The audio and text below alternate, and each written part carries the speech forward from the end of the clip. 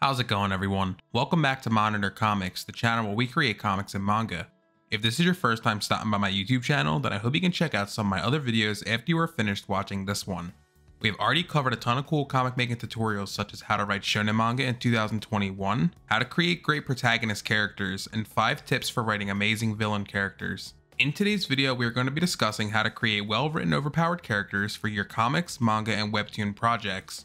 Make sure you watch this video in its entirety because we'll be analyzing the elements that make series like One Punch Man, Mob Psycho 100, and That Time I Got Reincarnated as a Slime so successful. But first, let's hear a word from today's sponsor. This video is brought to you by Skillshare. Skillshare is an online learning community with thousands of inspiring classes for creators. With Skillshare, you can explore new skills, deepen your creative passion, and get lost in creativity. Right now I'm taking a class called The Road to Manga, Inking 101 by the Tokyo Pop mangaka Olga Rogalski. As a published Saturday AM comic artist, knowing how to ink in the manga style is essential. This class has taught me the fundamentals of inking like a Japanese mangaka. I learned about the different types of manga ink, textures, tools, and techniques that replicate professional manga. I've even begun incorporating these new skills into my digital art. With the Skillshare Premium membership, you'll gain unlimited access to thousands of video lessons and class projects.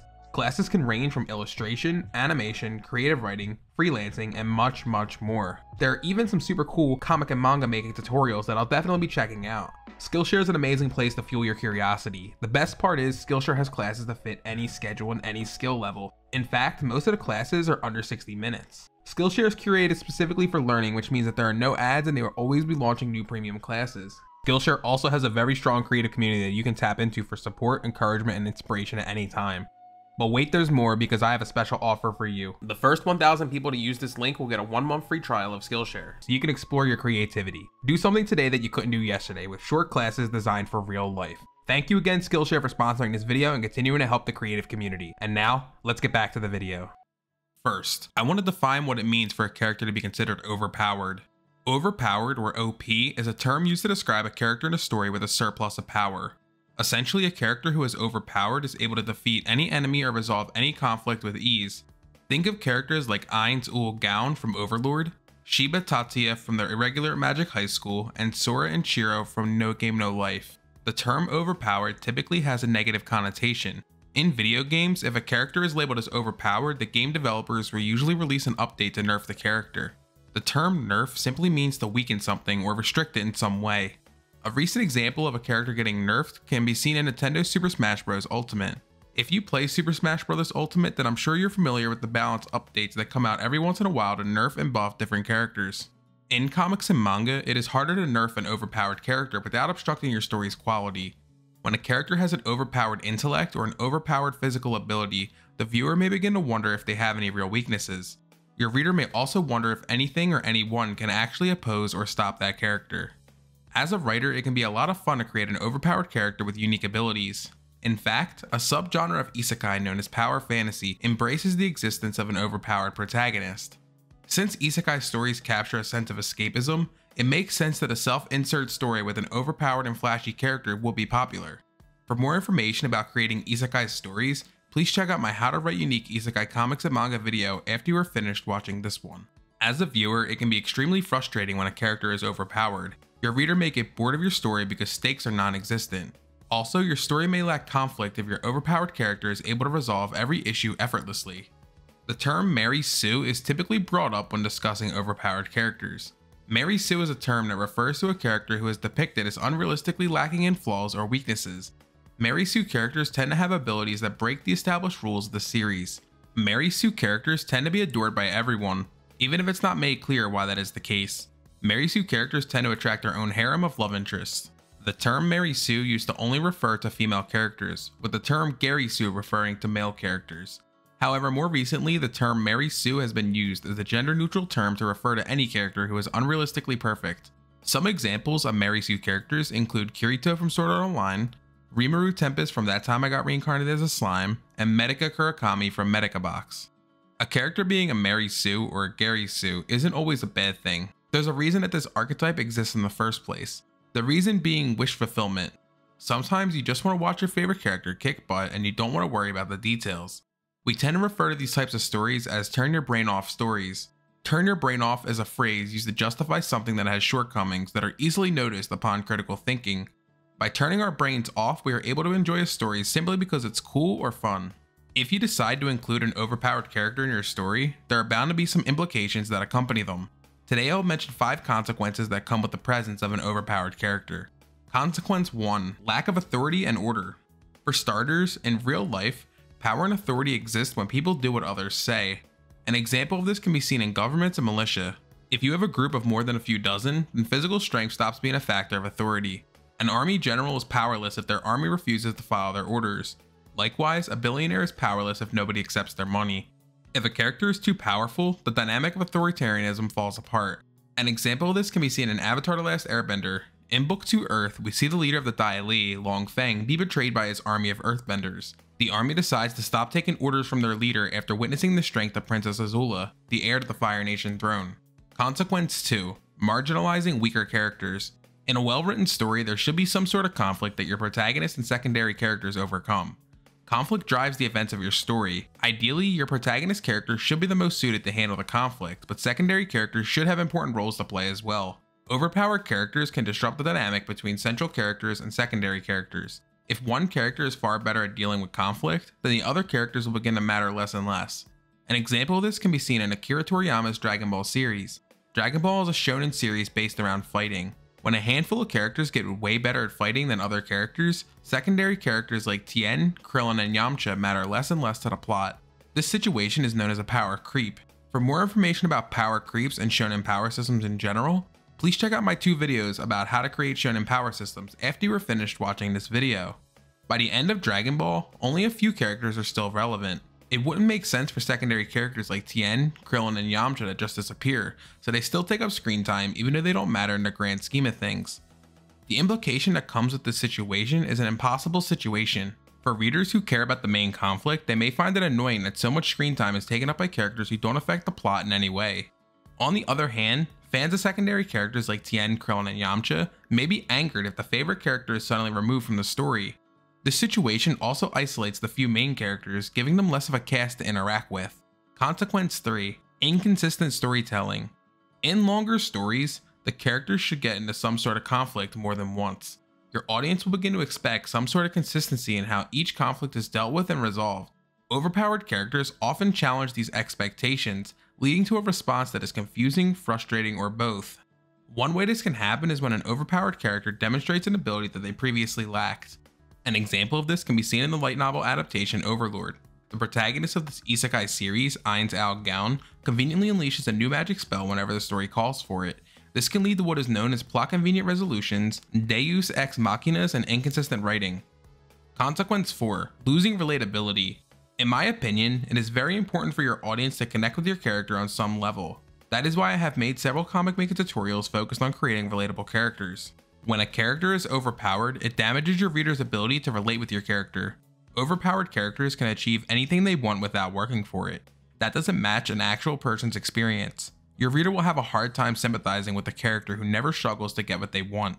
Of course, there is an exception to every rule. Escapism exists for people who want to forget about their own experiences and indulge themselves into a world vastly different from their own. These readers may seek out a wish-fulfilling character who can do anything and everything. The most obvious example for this would be Kirigaya Kazuto, or Kirito, from the franchise Sword Art Online. In Sword Art Online, thousands of players are trapped inside of a virtual reality game where they will die in the real world if they die in the game. In order to escape from the game, the players must clear the game by exploring the world and defeating the 100 boss monsters. Kirito was a beta player for the Sword Art Online video game. What this means is he and a small number of other beta testers experienced the game before its official release. This gave him the upper edge when he found himself trapped inside of the game and allowed him to level up his character faster than everybody else. He even had knowledge about the best locations of where to level up and what movesets the early bosses would have. As a result of this, Kirito quickly became overpowered and became the only character able to use the dual wield ability. No matter what challenges he faced, he was able to overpower his enemies and overcome any situation. Despite being described as an introverted and nerdy teenager, Kirito also attracted every female character within a 5-foot radius, including his own sister. He even avoided death when his character's health points hit 0 because plot. Consequence 5. No room for tension. One of the most important elements of conflict is tension. Tension is the feeling of not knowing how a conflict will turn out. Even though we are conditioned to believe that good guys will always win, sometimes that outcome does not happen. The trick to creating tension effectively is to make your reader unsure of how the conflict will resolve. Overpowered characters make this much harder. If you continuously showcase a character who is far more powerful than their opposition, then your reader will have no doubt that they will overcome anything thrown at them. Any conflict they get into becomes meaningless. An example of this can be seen in Rurouni Kenshin. This series focuses primarily on sword fighting. The protagonist character, Kenshin, is incredibly skilled at sword fighting. Every story arc, a new bad guy shows up and Kenshin has to defeat him.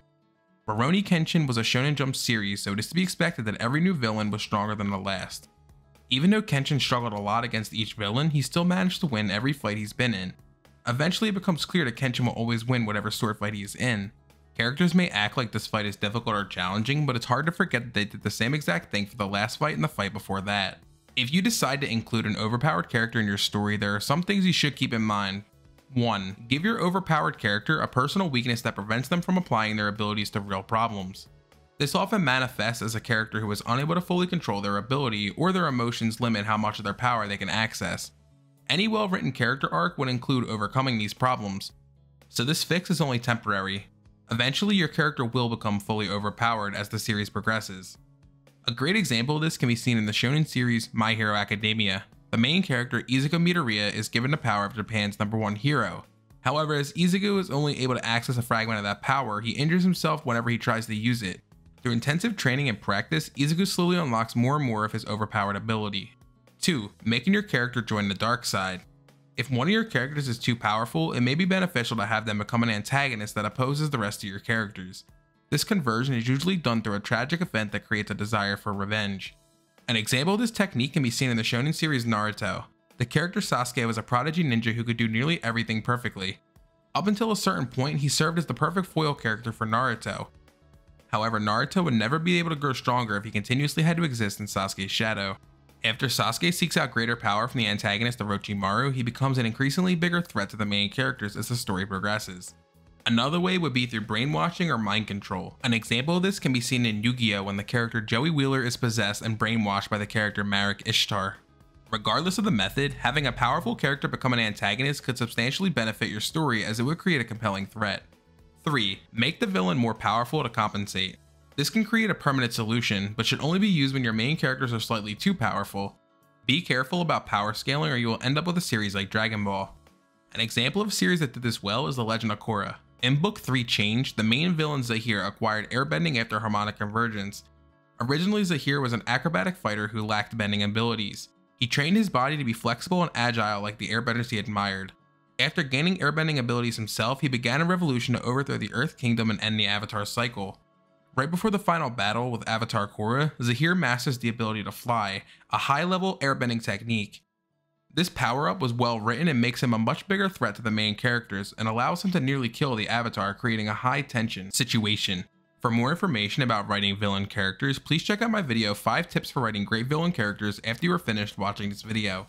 Whatever you do, don't make up a convenient reason to strip your overpowered character of their powers. Doing so will result in a story that is unbelievable and poorly thought out. The only way to avoid the pitfalls of overpowered heroes is to not make them overpowered in the first place. Before we wrap this video up, I want to mention a few manga series that write overpowered characters in an interesting and acceptable way. One Punch Man by One may be the most well-known example of an overpowered character done right. The protagonist Saitama has the strength to defeat any villain with a single punch. Saitama wasn't always overpowered. He began his story as an average businessman who had just lost his job. Saitama discovered the rush and enjoyment of fighting after risking his life to save a child from a crab monster trying to kill him. To find that same rush again, Saitama begins training to one day be strong enough to defeat any enemy who would stand in his way. He gains his supernatural strength after doing 100 push-ups, 100 sit-ups, 100 squats, and a 10-kilometer run every day for 3 years. Saitama is the definition of an overpowered character, so why is he loved by so many? For one, despite being an overpowered character, Saitama is written to be relatable. It is made clear in the very first chapter that Saitama's strength has brought him sadness. The reason for this leads back to nothing being able to challenge him. Saitama has never come across anybody truly capable of defeating him, and he knows that no one ever will. Saitama claims that he is a hero for fun, but deep down he knows that he isn't having fun. Whenever we get a glimpse into Saitama's everyday life, we see him being productive. He enjoys watering his garden and going outside. Saitama isn't the world's #1 hero who lives lavishly and has fans all over.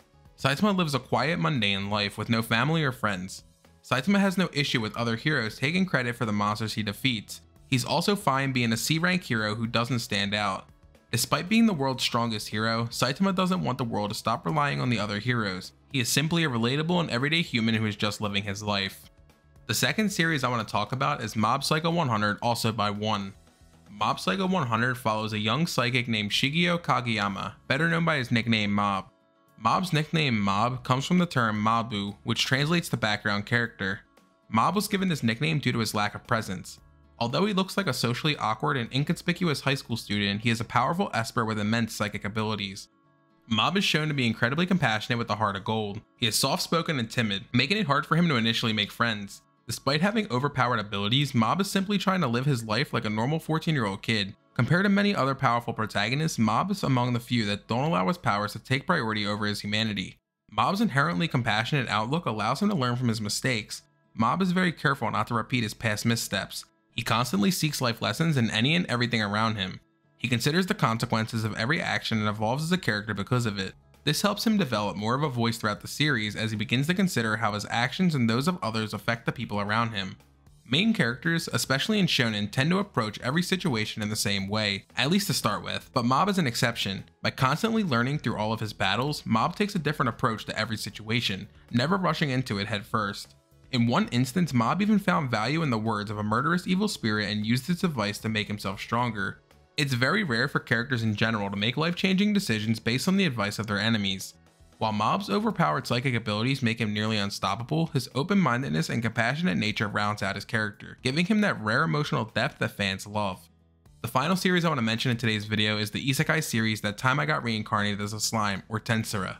Tensura follows Satoru Mikami, a 37-year-old man who dies and is reincarnated into a fantasy world as a slime named Rimuru Tempest. Rimuru awakens as the Demon Lord, the highest rank of monster, during an event called the Harvest Festival. His Demon Lord form is known as a Demon Slime, the highest evolution of slime that no other slime has been able to achieve. As a Demon Slime, he gains a tremendous amount of power and the ability to freely change between material and spiritual bodies. Rimuru always offers kindness to the people and monsters he meets. In a battle with Orc Disaster, he chose to give his enemy a peaceful and reassuring end rather than gloat about his amazing powers or show off his overpowered abilities. He always finds a way to build bridges and cooperate with different kinds of people and monsters. It is really easy to lump all isekai stories into a single pile, but it's important to remember that some isekai stories stand out from the rest. Yes, Rimuru may be an overpowered character, but it is not his dream to fight strong enemies and become stronger. Rimuru would much rather use his immense power to help those around him live peaceful, happy lives. His near invincibility frees him from needing to worry about non-stop combat and fantasy battles, and instead gives him the freedom to be compassionate towards others and help whoever he can. That's going to wrap things up for today's video. Hopefully you were able to get some value out of it. If you did, please drop this video a like and subscribe to this channel if you haven't already. Drop a comment down below telling us who your favorite overpowered character is in comics, manga, webtoons, or anything else. If you were writing a story about an overpowered character, I would love to hear about that as well. Remember, you can read the first 3 chapters of my published Saturday AM manga series Change the World by heading over to pilotmanga.com. On January 15th and January 16th, Saturday AM is hosting a virtual convention called Saturday Con. Different anime companies, comic publishers, influencers, and artists will be presenting there. I will be hosting a live panel on Saturday Con, so I hope I can see you there. You can further support me by shooting me a follow on all of my social media accounts. They will be linked down in the description below. As always, keep creating everyone. I will see you all in the next one.